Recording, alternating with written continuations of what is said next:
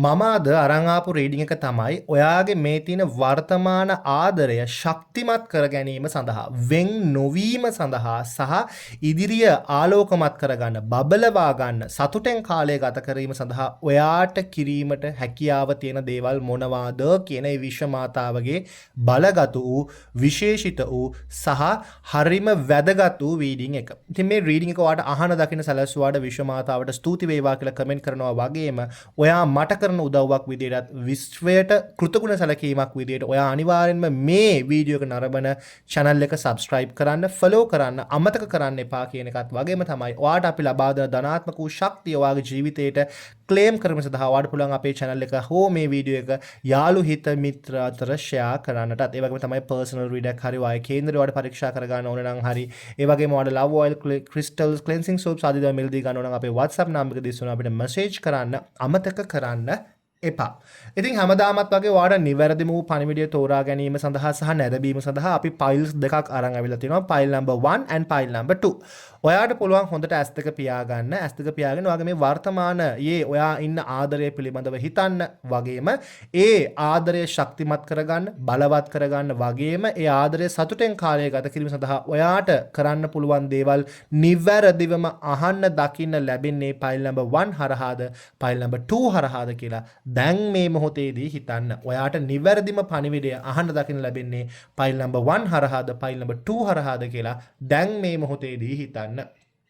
ඉතින් ඔයා හිතුවේ ෆයිල් number 1 කියන එක නම් අපි බලමු ඔයාගේ මේ වර්තමාන ආදරය ශක්තිමත් කරගන්න, ඒක බලවත් කරගන්න, වගේම වාසනාවන්ත කරගන්න සහ සතුටෙන් කාලය ගත කර ගැනීම සඳහා ඔයාට කරන්න පුළුවන් දේවල් මොනවාද කියලා. ඉතින් මේ රීඩින් කොට අහන්න දකින්න සැලසුවාට විශ්ව මාතාවට ස්තුති කරනවා වගේම විශ්වයට කෘතගුණ සැලකීමක් විදියටත් මට කරන උපකාරයක් විදියටත් මේ වීඩියෝ එක තියෙන channel එක subscribe කරන්න, follow කරන්න, අමතක කරන්න එපා කියන එක මතක් කරලා දෙන්නට ඕනේ. ඒ වගේම තමයි ඔයාට අපි ලබා දෙන ධනාත්මක ශක්තිය develop කරලා claim කරගන්න අවශ්‍යතාවයක් තියෙනවා නම් මේ වීඩියෝ එක හෝ මුළු channel එකම යාළු හිත මිත්‍රාට share කරන්නත් අමතක කරන්න එපා. දැන් අපි බලමුකෝ ඔයා ඔයාගේ වර්තමාන ආදරය ශක්තිමත් කරගන්න මොනවද කරන්න ඕනි කියන එක. හරි. ඔයා මේ කාලේදී ඔයාගේ වර්තමාන ආදරය පිළිබඳව තෘප්තිමත් නැහැ. හරිද? ඔයා ටිකක් ඒ පිළිබඳව කනස්සල්ලෙන් මේක මට හරියනවද? මේක මට ගැළපෙනවද? මෙහෙම ගියොත් හරියයිද? මෙහෙම ගියොත් අපේ දේවල් සිද්ධ වෙයිද? මේක මට කවදානම් බඳින්න පුළුවන් වෙයිද? මෙහෙම කල්ගත කරලා හරියනවද? මේකට මම මොකද කරන්නේ? අන්න ඒ වගේ කනස්සලු ස්වභාවයකින් තමයි ඔයා ඔයාගේ ආදරය ගැන මේ මොහොතේදී ඉන්නේ. ඔයාට හරියටම තීරණයක්, ඔයාට හරියටම තේරුම් ගැනීමක් කරගන්නට බැරුව, හරි ක්ලියර් පාත් එකක් නැතුව, හරිම නිකන් කනස්සල්ලෙන් ඉන්න ස්වභාවයක් තමයි මට ගොඩක් වෙලාවට ඔයාට මේ වර්තමාන කාලයේදී ඔයාගේ තියෙන ආදරය පිළිබඳව තියෙන්නේ කියන එක මට පැහැදිලි කරලා දෙන්නට පුළුවන්.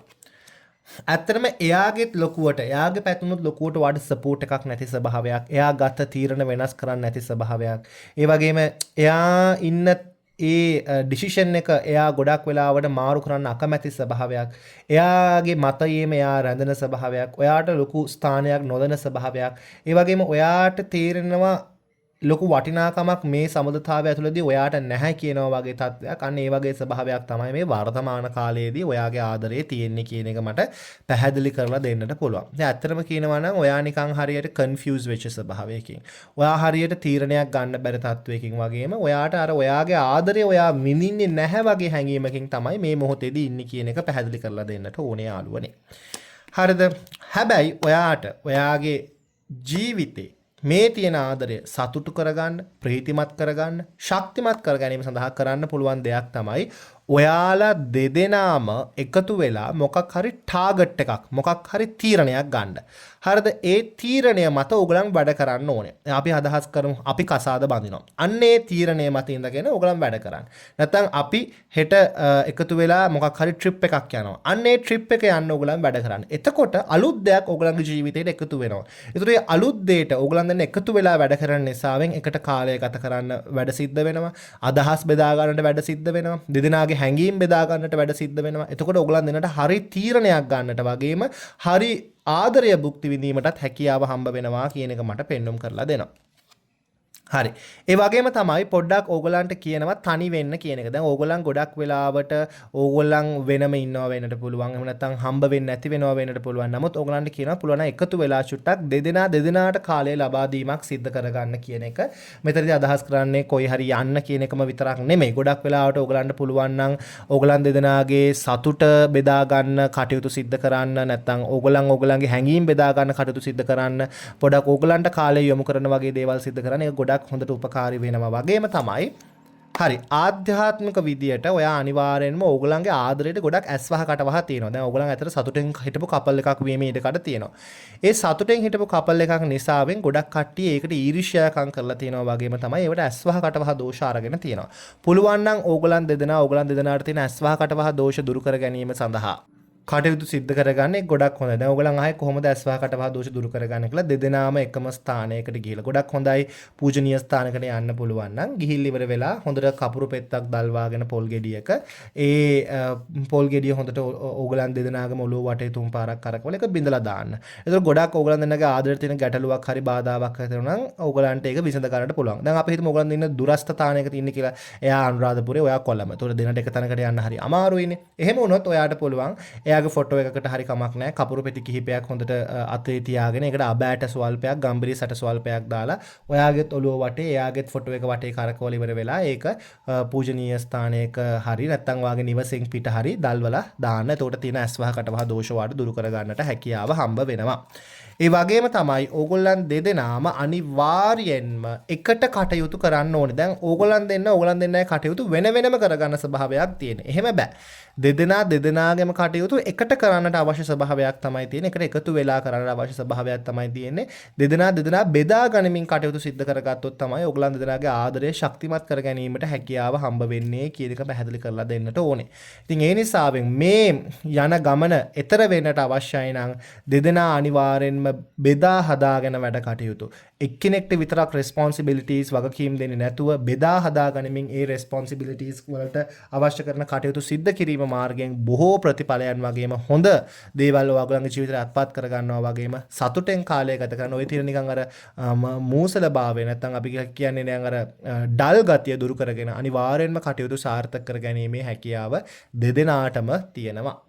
ඔයා තෝරගත්තේ ෆයිල් නම්බර් 2 නම් අපි බලමු ඔයාගේ මේ වර්තමාන ආදරය ශක්තිමත් කර ගැනීම සඳහා ඔයා කුමක්ද කළ යුත්තේ සහ ඕගොල්ලන් දෙදෙනා විසින්ම කළ යුතු දේවල් මොනවාද කියලා. ඉතින් මේ රීඩින් කොට අහන දගෙන සැලසුවාට විශ්ව මාතාවට ස්තුති වේවා කියලා කමෙන්ට් කරනවා වගේම විශ්වයට කරන කෘතඥ සැලකීමක් වගේම මට කරන උපකාරයක් විදියට මේ channel එක subscribe කරන්න follow කරන්න අමතක කරන්න එපා කියනවා වගේම තමයි ඔයාට අපි ලබා දෙන ධනාත්මක ශක්තිය double up කරලා claim කරගන්න අවශ්‍යතාවයක් තියෙනවා නම් මේ වීඩියෝ එක කොහොමුළු channel එකම යාළු හිතමිත් හතර share කරන්නත් අමතක කරන්න එපා. ඉතින් අපි බලමුකෝ ඔයාට ඇත්තටම ඔයාගේ මේ වර්තමාන ආදරය නැත්නම් වර්තමාන ඔයා ඉන්න ඒ ආදර ජීවිතේ ශක්තිමත් කරගන්න බලවත් කරගන්න සතුටු කරගන්න වගේම ස්ට්‍රෝං කරගන්න ඔයාට කරන්න පුළුවන් දේවල් මොනවාද කියලා. හරි. මේ අවස්ථාවේදී ඔයාගේ ආදර ජීවිතයට ඇත්තටම කියනවා නම් යම්කිසි නොපෙනෙන සතුරෙක් ඉන්නවා. හරිද? ඔයා දන්නේ නැහැ ඒ සතුරා කවුද කියලා. ඇත්තටම ඒ සතුරුකම් නිසාවෙන් ඕගලන් දෙන්න ටික ටික දුරස්ත වෙන ස්වභාවයක් තමයි තියෙන්නේ. ඔයා දැනටමත් සතුරු කරදරයක් තියෙනවා කියන එක ඔයාට හිතා ගන්න පුළුවන්. නමුත් ඒ කවුද කියන එක ඔයාට හිතා ගන්න බැරි ස්වභාවයක් තමයි තියෙන්නේ. හරිද?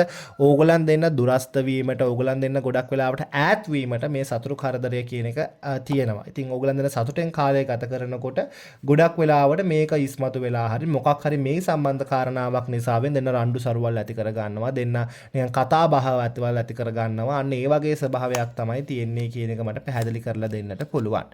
හැබැයි ඕගලන් දෙන්න හරියට කතා කරලා ඔයාගේ තියෙන හැඟීම එයාට කියලා එයාගේ තියෙන හැඟීම ඔයා නිවැරදිව අහගෙන ඒ දේවල් විසඳා ගැනීමට හැකියාව ඔයාට තියෙනවා නම් අනිවාර්යයෙන්ම මේ තියෙන ගැටලුකාරී ස්වභාවය ඕගොල්ලන්ට විසඳ ගන්නට පුළුවන්. අනිවාර්යෙන්ම මොකද ඔයාට ඒ හතුරා කවුද කියලා හඳුනාගෙන ඒ හතුරු කදර තියෙන බාධාවත් ඉවත් කරගන්නට ඔයාට හැකියාව හම්බ වෙනවා. හැබැයි ඔයා දෙදෙනා විසින්ම කතා කරලා ඒ හැඟීම් බෙදාගත්තොත් තමයි ඒ අවශ්‍ය කරන දේ මොකක්ද කියලා හොයාගත්තොත් තමයි ඒක ඔයාට කරගන්න පුළුවන් වෙන්නේ. ඉතින් ඔයා ඒක අනිවාර්යෙන් කරන්න කියන එක පැහැදිලිවම කියන ඔයාගේ ආදරය ශක්තිමත් කර ගැනීම සඳහා දුරස්ථභාවය දුරු කර ගැනීම සඳහා. ඒ වගේම තමයි ඔයා මෙච්චර කාලයක් ඔයාගේ ආදරය වෙනුවෙන් කරන්න හිතාගෙන හිටපු දෙයක් ඇති. ඔයාගේ හිතේ මම මෙයා වෙනුවෙන් මේ දේ කරනවා කවදම හරි. මම මෙයා වෙනුවෙන් මේ දේ කරන්න පටන් ගන්නවා කවදම හරි. අන්න ඒ වගේ හැඟීමකින් ඔයා ඉන්න ඇති. ඒ වගේ අදහසක් ඔයාගේ හිතේ තියෙන්න ඇති.